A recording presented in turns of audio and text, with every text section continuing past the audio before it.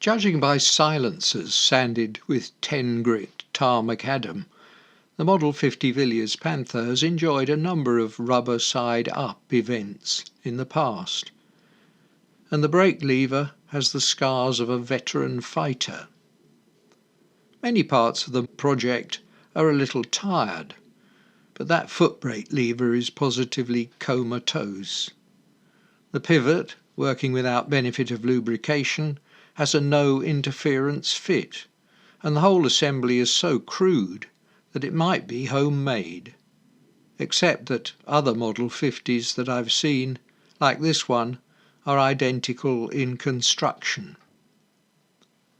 The upper lever takes a return spring and operates the brake light, the lower one the cable clevis. So let's indulge in a bit of basic benchtop design and fabrication. The frame fitting is internally threaded for a stud, with flats milled for a spanner. But like the pedal which runs on it, the outer pivot bar is worn oval.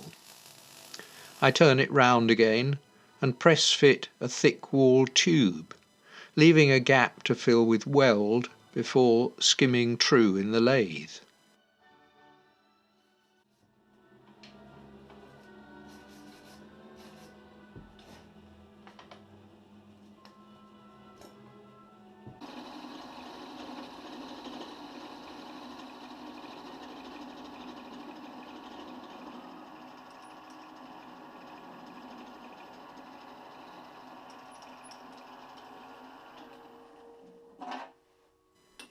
The outer threaded bore bolts to a steady strap and retains the brake lever, the next part on our list.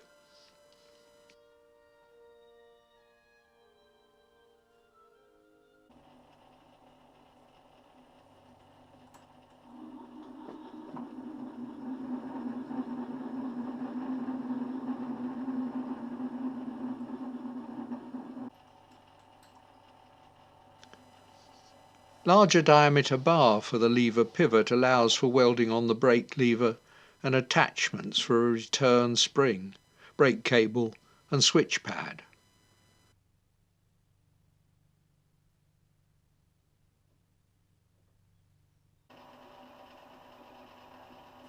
Bored undersize, the pivot is finished with an internal tool.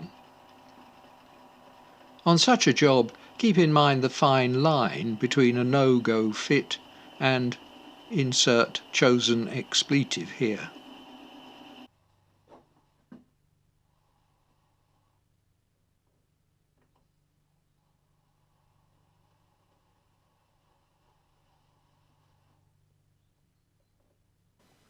It does just enter the bore, so no further tool adjustment is required.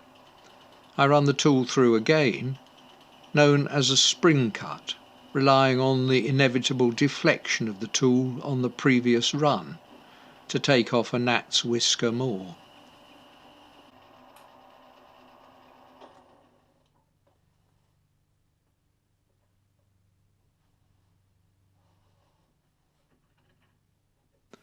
And as a former boss used to say, it fits like a sock on a chicken's lip. Hacksaw it from the bar, a fraction oversize, and go back in the chuck to clean up the face a couple of thou undersize for clearance on the retaining washer.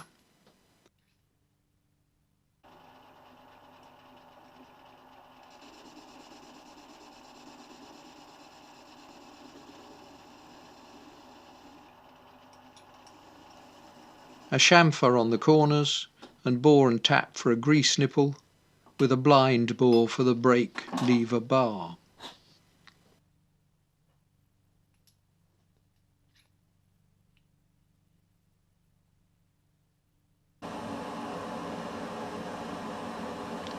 That's a complex shape, curving below the footrest inboard of the silencer and coming up with an outwards bend for the pedal pad. I choose a bit of 5/8 inch bar and heat it in the propane hearth. Bend, check, bend and check until it joins the dots between pivot and pedal.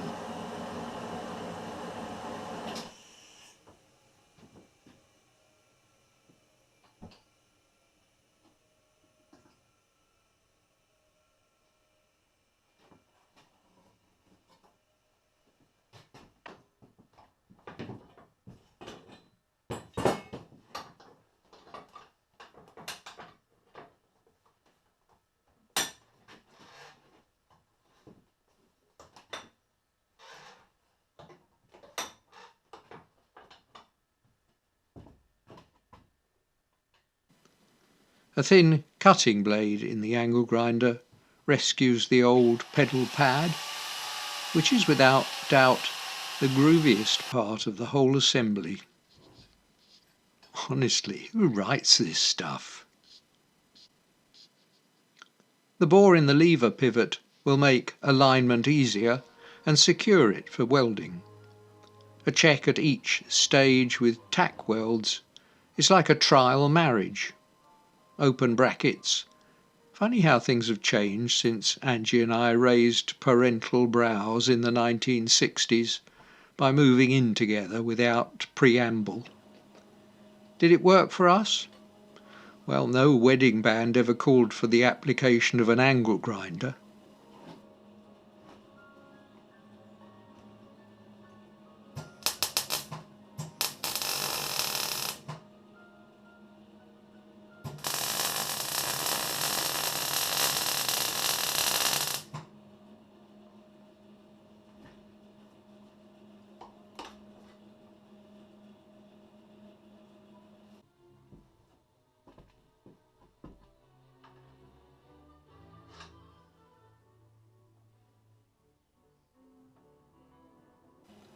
Welding gloves, however, are like socks, setting out as pairs, but apt to wander off alone and get lost. Over to the bench to tack, check and fully weld lever to pivot.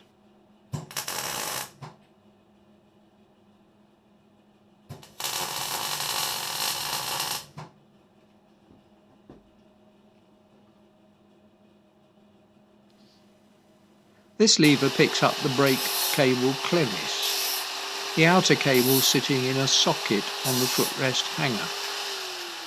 The trial of progress so far is simple and pleasing.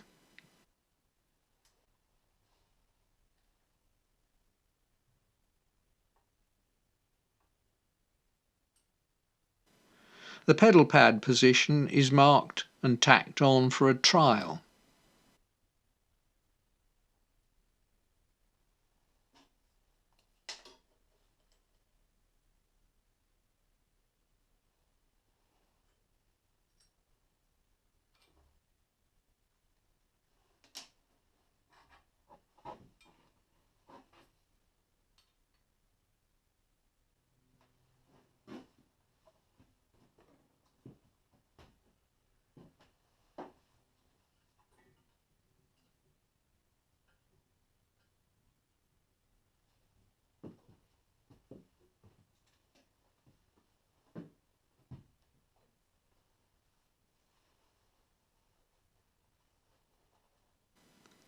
Damn it, these gloves are all over the place today, the little tinkers.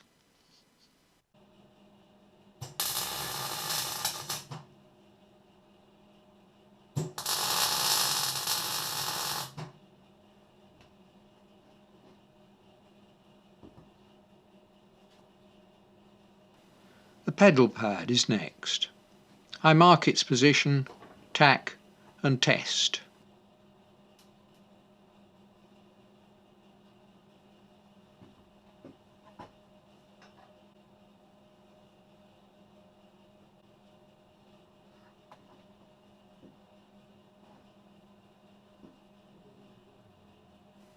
Will it do?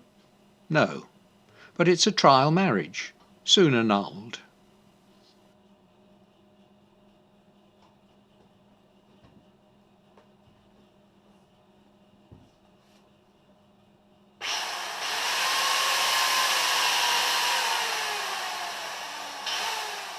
And now we're in business for some full welds.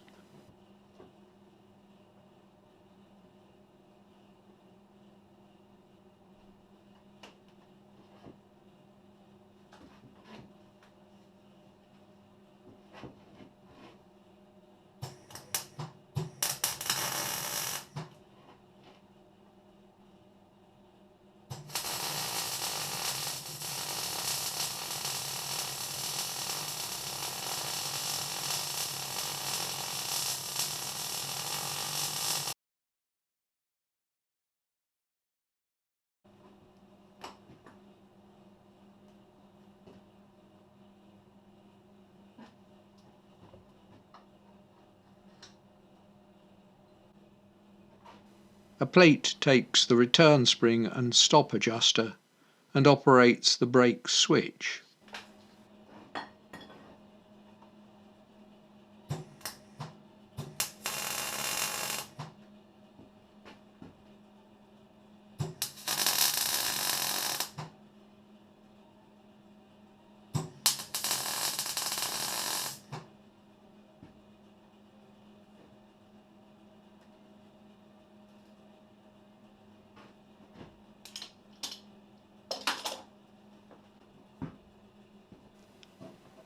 Adding a non-standard brake light to the 1939 Red Panther, I used a Norton Commando style switch of the normally closed type. The brake, unapplied, holds it off, so that it takes only a feather-light touch on the pedal to light us up.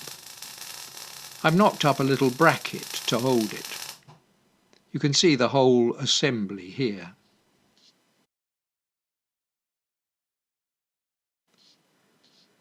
That brings us to the day's second disabled part, the centre stand. You may have noticed the way that the Model 50 heeled over in early pictures.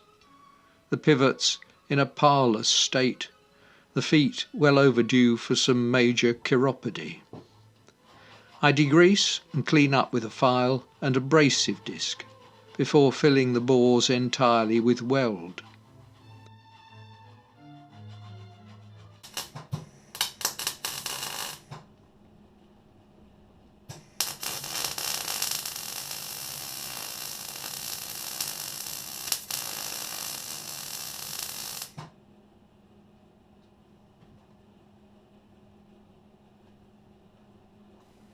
Since the ends are flattened tube and grease has made its way inside, the stand creates a charming little oil lamp.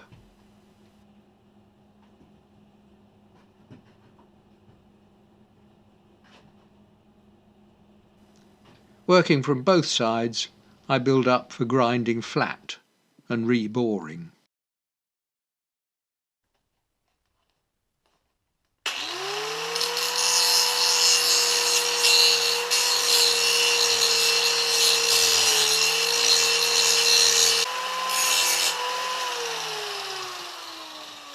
Pilot bores are followed by a large twist drill run through.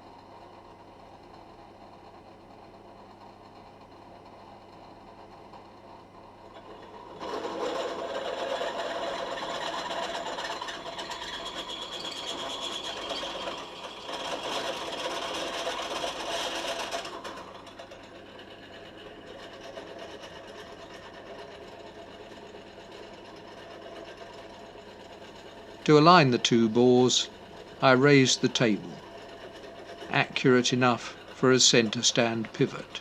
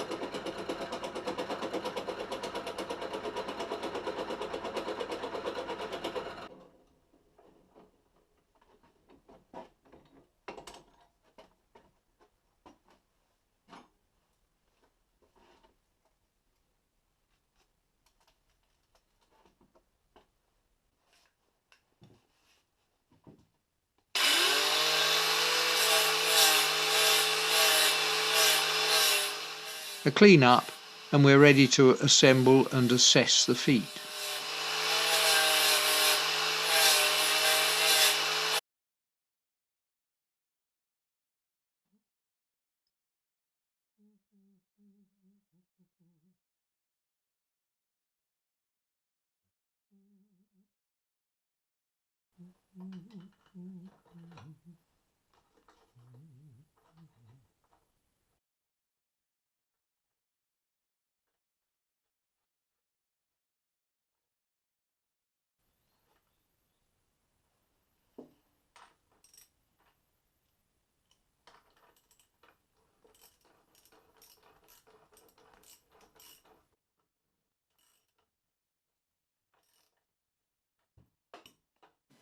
A couple of angled pads hacksaw cut from mild steel bar, and the corners cleaned up before bending in the press.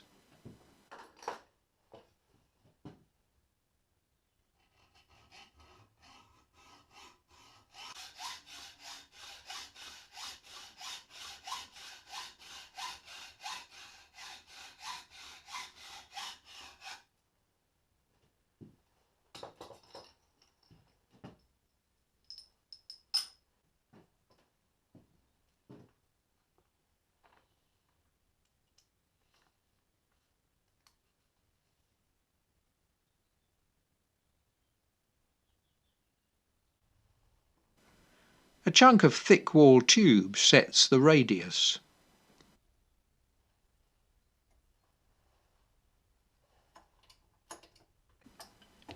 Come round the other side, or all you'll see is my elbow. That's better.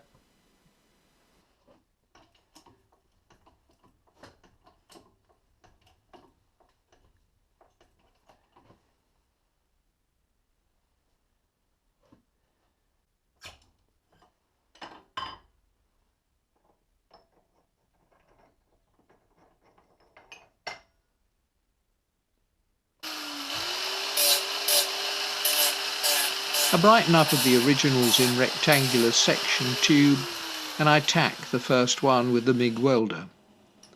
Clamp a length of bar to the face and secure the opposite one with a second pair of grips, setting alignment.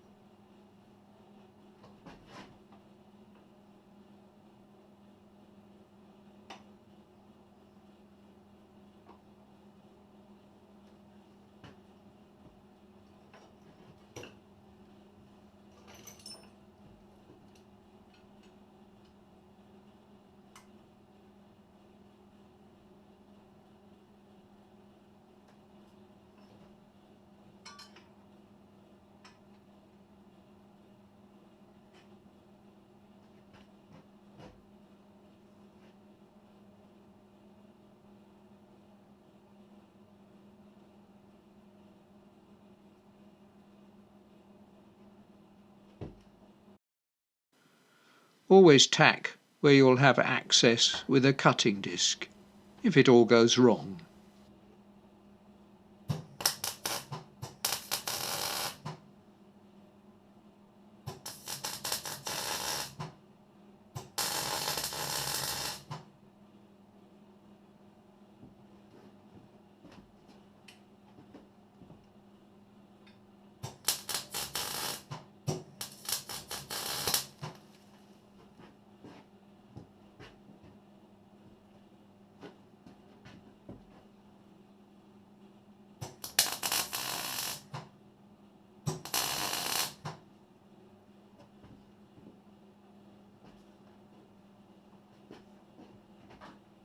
The build stand, which made things easy at the outset, will be in the way now.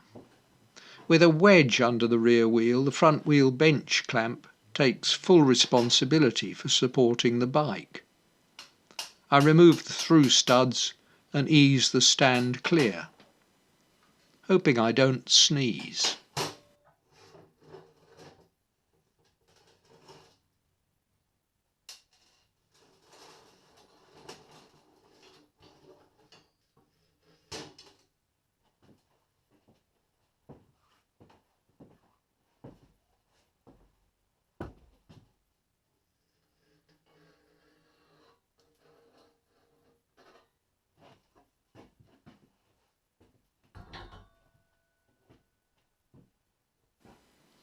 A small hydraulic jack raises the frame until the stand swings down and throws up my next problem.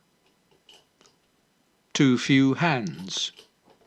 I daren't let go of the frame, but the stand only swings to the vertical.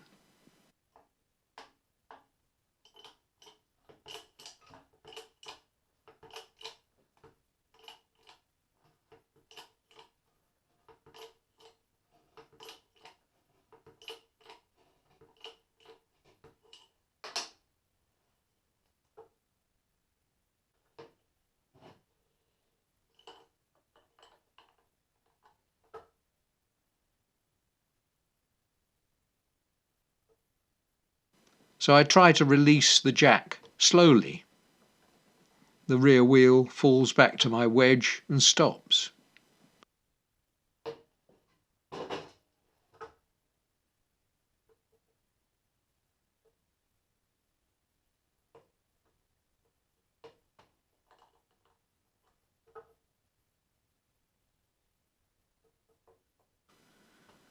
We get there at last, and I tug on the frame to reassure myself that the Panther is sitting firmly on its own 2 feet. Perfect, and there's just room to drop the rear wheel out. Time to weld up fully, clean up and bore for a toe peg.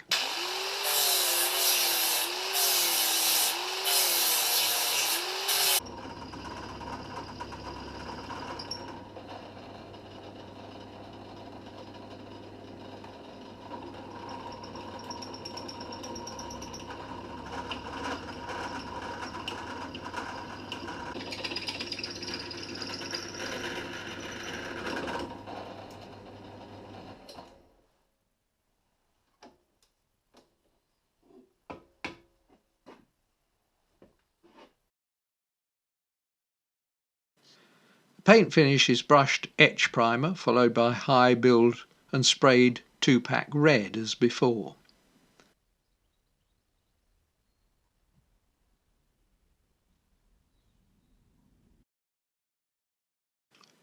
Time to sheet up for the night and announce my bold determination to complete this project to riding stage by next spring.